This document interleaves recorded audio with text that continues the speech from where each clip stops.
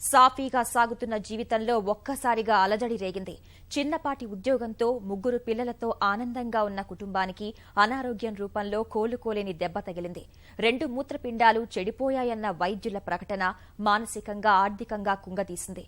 Kidney ఇచ్చేందుకు కుటుంబ సభ్యులు సిద్ధంగా ఉన్నా వైద్యం చేయించేందుకు ఖర్చు చేయలేని దయనీయ స్థితి.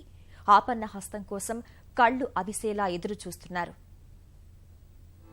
మెదక్ జిల్లా కంకి మండలం వగ్దలికి చెందిన ప్రకాశ్రావు బంగారు దుకాణంలో గుమస్తాగా పనిచేస్తూ కుటుంబాన్ని పోషించేవాడు. ఉన్నంతలోనే సంతోషంగా కాలం వెళ్లదీసేవాడు. 3 పిల్లలతో ఎలాంటి ఇబ్బంది లేని జీవితం గడిపేవాడు. ఏడాదిన్నర క్రితం ఒక్కసారిగా అనారోగ్యం బారిన పడ్డాడు. చికిత్స కోసం చాలా ఆసుపత్రులు తిరిగాడు. అయినా ఎంతకు పరిస్థితి మెరుగుపడలేదు. చివరకు హైదరాబాద్లోని నిమ్స్కు వెళ్లారు.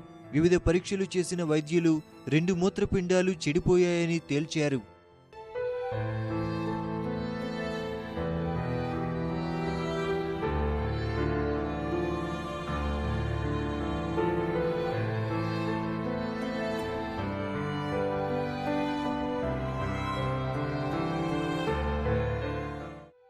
మూత్రపిండాలు పనిచేయకపోవడం వల్ల ఏడాది కాలంగా 2 రోజులకు ఒకసారి క్రమం తప్పకుండా డయాలసిస్ చేయాల్సి వస్తోంది.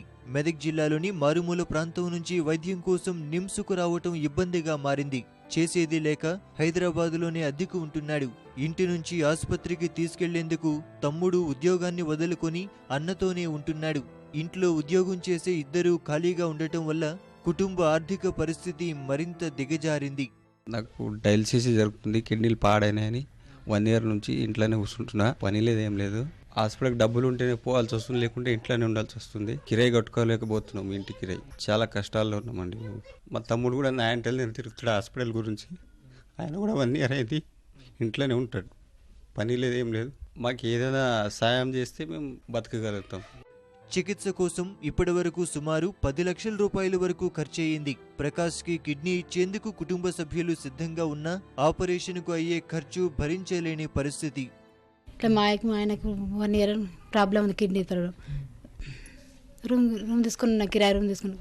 కిరాయి నింపడం వల్ల అవుతలేదు మాతోటి. ఇట్లా మాది చాలా ప్రాబ్లం ఉంది మా కుటుంబం అంతా మొత్తం. మా పిల్లలు అక్కడ మా అక్కల సైడ్గా హాస్పిటల్ వేసినాం. మా పరిస్థితి ఘోరంగా ఉంది. మరి కట్టడం వల్ల వేరే దగ్గర వేసినాం స్కూల్ పిల్లలు. చాలా ఇబ్బంది అవుతుంది మాకు మొత్తం. మా అత్తయ్య మా మామూలు కిడ్నీ ఇస్తాడు, మాకు డబ్బులే.